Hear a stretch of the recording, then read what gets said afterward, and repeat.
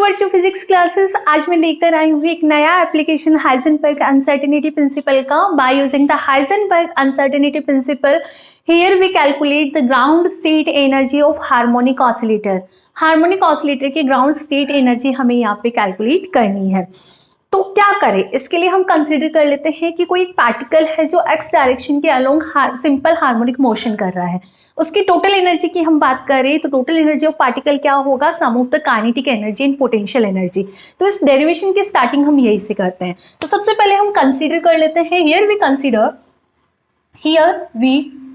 Consider a particle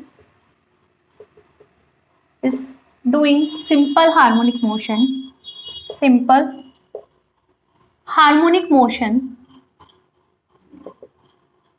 along x direction, so the total energy क्या होगा उस particle का total energy, E equal to sum of the kinetic energy potential energy which is p²/2m। और kinetic energy हमने define कर दी, तो potential energy बताओ कितना होता है, half m omega nought square X square, where m होता है यहाँ पे मास ऑफ पार्टिकल, ठीक है, और ओमेगा नोट यहाँ पर क्या होती है, एंगुलर फ्रीक्वेंसी। ये क्या है, बेसिक है सिंपल हार्मोनिक ऑसिलेटर का। So now we use Heisenberg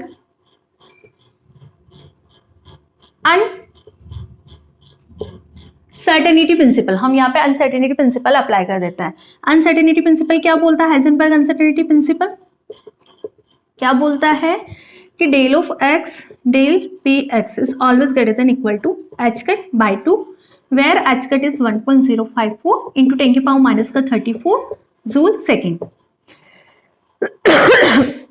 इतना मुझे पता है, ठीक है। तो बेटा मैं यहाँ पे ई मिनिमम की बात करूं तो क्या करूं, x को डेल एक्स से रिप्लेस कर दूं, p को डेल p से रिप्लेस कर दूं। तो कर देते हैं हम यहाँ पे रिप्लेस। यहाँ पे हमने ई मिनिमम डिफाइन कर दिया which is m omega nought square del of x square, ठीक है।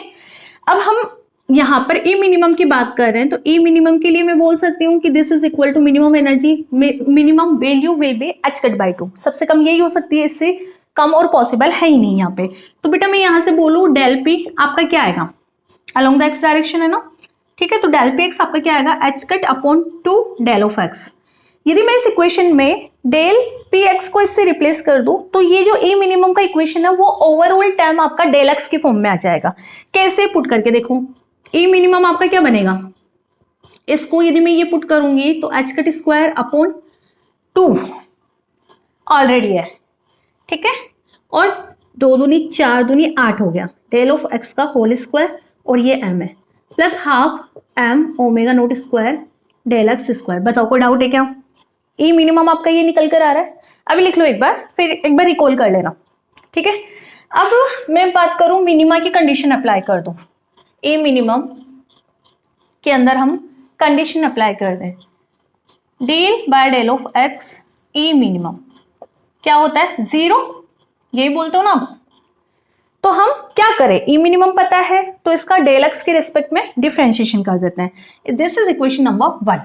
अब इसका यदि मैं डेल एक्स के रिस्पेक्ट में डिफरेंशिएशन करूंगी तो क्या टर्म रहेगी आपका, d of del of x first term का करना है ना, लिख लो आप इसको अच्छे से, h cut square upon 8 del x का whole square it's multiply by m plus half m omega naught square del of x का होल स्क्वायर। इसका आपको डिफरेंशिएशन करना है डेल एक्स के रिस्पेक्ट में। कर लोगे ना, अब भी करो, h cut square upon 8m 1 upon x square का कितना होता है, माइनस का 2 अपॉन एक्स क्यूब, तो यहाँ पे भी यही आएगा माइनस का 2 अपॉन डेल एक्स का होल क्यूब। और एक्स स्क्वायर करोगे तो 2x, तो m omega naught square del x, this is equal to 0।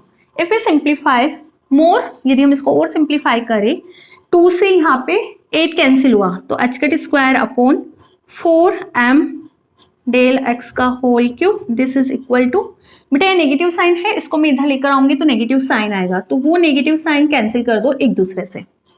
Okay तो बेटा मैं यहाँ से डेल एक्स की पावर 4 की बात करूँ, इसको मैं इधर लेकर जाऊं तो H cut square upon 4m square omega naught square. बताओ क्या यही एक्सप्रेशन बन रहा है? डेल एक्स क्यूब को मैं इधर लेकर आ गई, एम ओमेगा नोट स्क्वायर को मैं इसके डिनोमिनेटर में लेकर आ गई, एक एम ऑलरेडी था, एक और एम स्क्वायर हो गया, ओमेगा नोट स्क्वायर हो गया, एच कट स्क्वायर ऑलरेडी है। बेटा यदि मैं रूट स्क्वायर करूँ तो डेल एक्स स्क्वायर आपके पास कितना आ रहा है? H cut upon 2m omega naught. ठीक है, तो डेल एक्स की वैल्यू यदि मैं यहाँ पे पुट कर दूँ, this is equation number 2 from equation 1 and 2 from equation 1 and 2 del x square आप इसमें पुट करो तो आपका ई मिनिमम क्या बनेगा? ई मिनिमम बनेगा H cut square upon 8 already है, डेल एक्स एम भी ऑलरेडी है, डेल एक्स का स्क्वायर है आपका H cut it's multiply bye 2m omega naught, it's plus m omega naught square it's multiply by H cut 2m omega naught. बता कोई doubt नहीं है? इसको आगे और सिंप्लीफाई कर लेते हैं, तो ई मिनिमम कितना आ रहा है? सिंप्लीफाई करो, जो कैंसिल हो रहा है कैंसिल कर दो, यहाँ से 2 से कैंसिल हुआ 8 तो 4, एक अचकट से ऊपर एक अचकट कैंसिल, एम से एम कैंसिल, तो 1/2 अचकट 1/4 बेटा 1/4, 2 से 8 गया तो 4, ठीक है, अचकट एक बच गया, एम से m cancel omega naught plus इधर देखो 1/4, ठीक है, एम से एम कैंसिल, ओमेगा नोट से ओमेगा नोट कैंसिल एक, तो ओमेगा नोट एक बच गया और एच कट। बेटा यदि हम बात करें तो ए मिनिमम आपका आ रहा है 1/2 H cut omega naught and this is ground state energy of harmonic oscillator, this is ground state energy of harmonic oscillator, है या नहीं? है ना, यही होती है। तो इस तरह से bye using the Heisenberg uncertainty हमने ये कैलकुलेट करा। कैसे कैलकुलेट करा है? प्रोसेस देख लो, टोटल एनर्जी बताई हमने, इसके बाद ई मिनिमम बताया, ई मिनिमम बताने के बाद डेल एक्स का होल स्क्वायर हमने कैलकुलेट करा, ये इसके अंदर पुट कर दिया, तो ई मिनिमम आपका कितना निकल कर आ गया? Half H cut omega naught and this is ground state energy of particle. तो एक बार इसको अच्छे से लिख लो, रिवाइज कर लो, इजी सा छोटा सा डेरिवेशन हो, मेनी ऑफ टाइम आपके एग्जाम में ये पूछ लिया जाता है।